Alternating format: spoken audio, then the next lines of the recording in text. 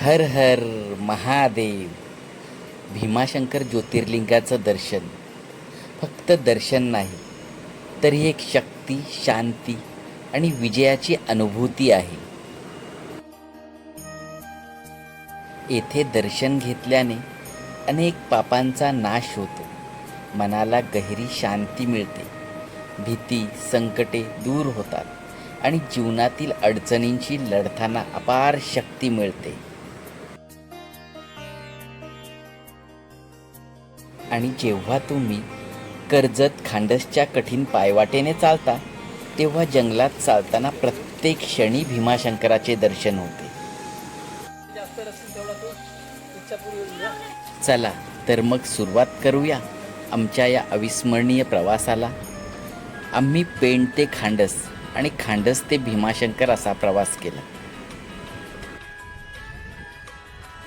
वाटेत अनुभवलेला निसर्ग, थरार, चढाई आणि महादेवाचं दर्शन या व्हिडिओमध्ये आपल्याला पाहायला मिळणार आहे, म्हणून हा व्हिडिओ शेवटपर्यंत पहा. आणि व्हिडिओ आवडला तर लाईक, शेअर आणि सबस्क्राईब नक्की करा. खांडसला पोचल्यावर आम्ही एका दुकानाजवळ थांबलो आणि तिथून काठी, बिस्किटं आणि पाणी विकत घेतलं.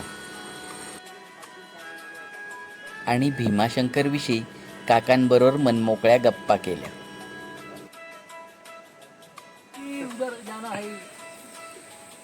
आम्ही कर्जत जवळील खांडस गावात आमची गाडी पार्क केली. 8-10 किलोमीटर. आणि इथे गाडीचे पार्किंगचे चार्जेस किती घेतात तरी?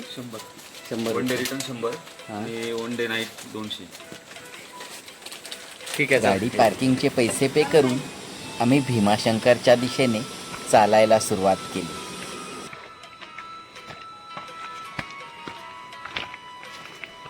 आत्ता समोर आहे दाट जंगल, आव्हानात्मक चढाई आणि निसर्गाच्या कुशीतून जाणाऱ्या सुंदर पायवाटा.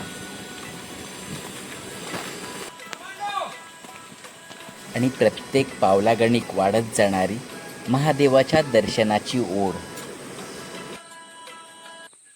पौराणिक कथेनुसार कुंभकर्णाचा पुत्र भीम हा अत्यंत शक्तिशाली आणि क्रूर राक्षस होता. त्याने या परिसरात मोठा अत्याचार सुरू केला आणि त्याचा वध करण्यासाठी भगवान शिव प्रकट झाले आणि भीमाचा संहार केला. आणि भक्तांच्या विनंतीवरून येथेच ज्योतिर्लिंग स्वरूपात स्थिरावले.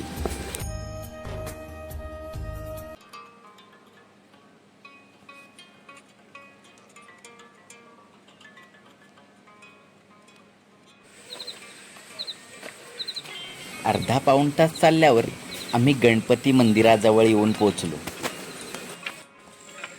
भीमाशंकरच्या दुर्गम जंगलातील या मार्गावर असलेलं हे मंदिर अनेक ट्रेकर्स आणि भाविकांसाठी प्रवासाचा संरक्षक देव मानले जाते. आमच्याबरोबर आलेल्या ट्रेकर्सने इथे मस्तपैकी आरतीला सुरुवात केली.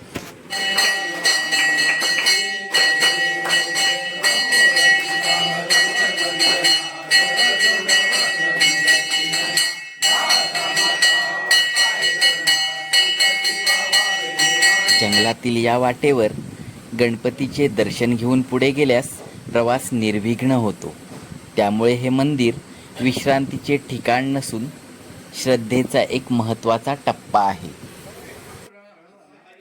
म्हणून प्रत्येकजण येथे थांबून गणपतीचे दर्शन घेतात आणि पुढील प्रवास सुरक्षित व्हावा अशी प्रार्थना करतात. गणपती बाप्पाचे दर्शन घेतल्यानंतर आम्ही पुढचा रस्ता धरला.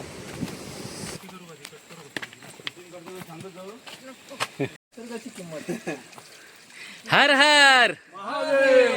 प्रत्येक पावलागणिक वाट बदलत होती आणि निसर्गाचं रूपही बदलत होतं. अजून थोडेसे अंतर पुढे गेल्यानंतर आम्हाला वन विभागाचं कार्यालय लागलं. भीमाशंकरचा परिसर दाट जंगलांनी आणि जैवविविधतेने समृद्ध आहे. हा भाग वन्यजीवांसाठी प्रसिद्ध आहे. येथे महाराष्ट्राचा राज्य प्राणी शेकरू म्हणजे विशाल खार आढळते.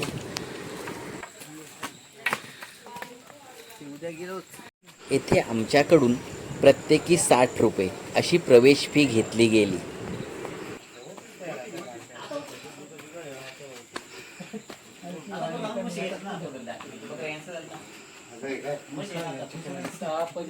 इथून आमचा प्रवास आणखी रोमांचक होणार होता, कारण वाट सह्याद्रीच्या कुशीतली आणि घनदाट जंगलातली होती.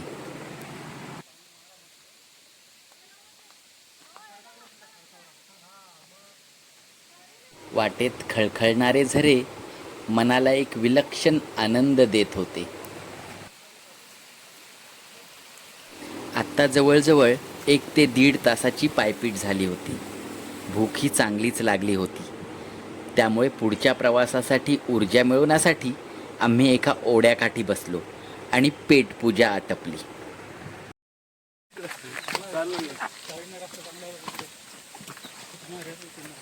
मध्येच दिसणारे निसर्गाचे रूप आम्ही कॅमेऱ्याप्रमाणे मनातही कैद करत होतो.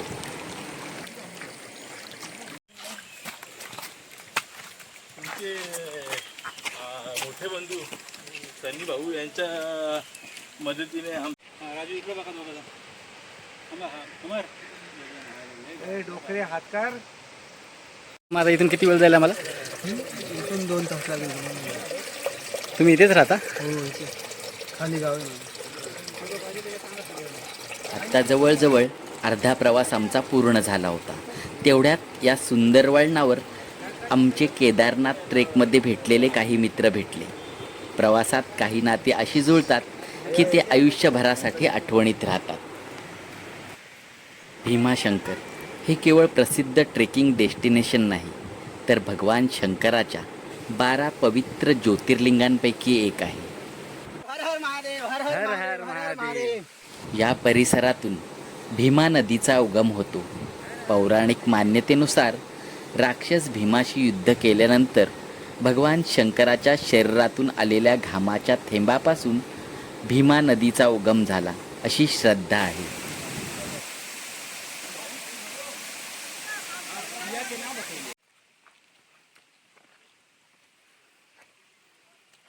वाटेत आम्हाला एकावर एक असे सुंदर पद्धतीने रचलेले दगड दिसले. Stone balancing. मनातील इच्छा किंवा संकल्प पूर्ण व्हावा म्हणून हे दगड रचतात.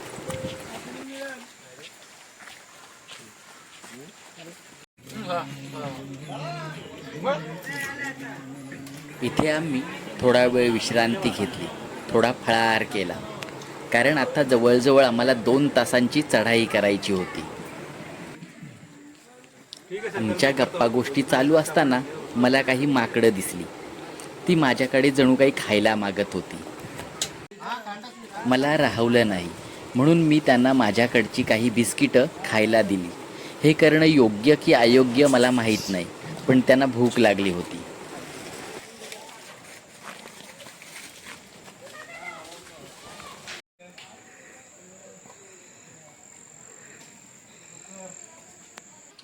आत्ता इथून आम्हाला केदारनाथ ट्रेकची आठवण करून देणारी चढण लागली. ही चढण सोपी नव्हती, खूपच कठीण होती. प्रत्येक पावलागणिक दमछाक होत होती. आमच्या श्वासांचा आवाज नाशिक ढोलपेक्षाही जास्त येत होता.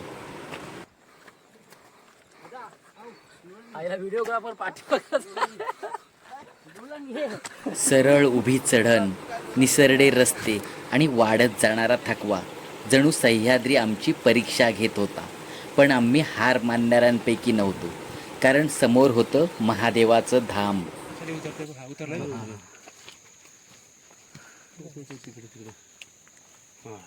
इथे आम्हाला आपला राज्य प्राणी शेकरू पाहायला मिळालं.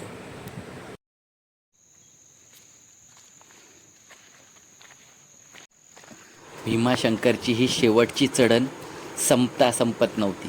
खूप थकलो होतो आणि शेवटी ही चढाई संपली.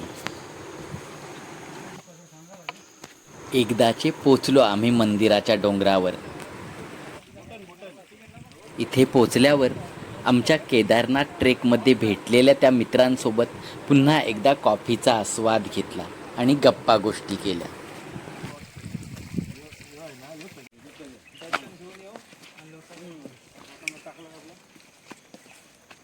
खांडसच्या पायथ्यापासून सुरू झालेला आमचा हा प्रवास इतक्या कठीण चढाईनंतर अखेर महादेवाच्या चरणी येऊन पूर्ण झाला.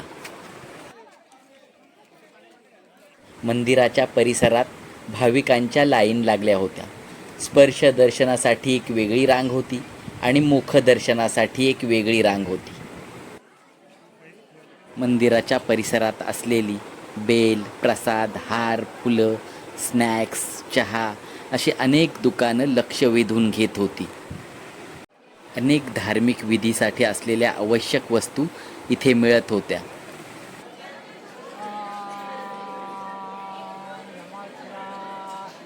आम्ही डोळे बंद केले, हात जोडले आणि शांत मनाने भीमाशंकराचे दर्शन घेतले. दर्शन झाले, पण आता परत त्याच कठीण रस्त्याने खाली उतरायचं होतं. थकलेले पाय, जड शरीर, पण आत्ता मात्र मनात एक वेगळीच ऊर्जा आणि शांती होती. भीमाशंकर मनात ठेवून आम्ही खाली खाली उतरत होतो. मध्येच एका ठिकाणी थांबून मस्त कॉफी बनवली आणि कॉफीचा आस्वाद घेतला. भीमाशंकर ट्रेक खरंच खूप छान आहे. हर हर महादेव.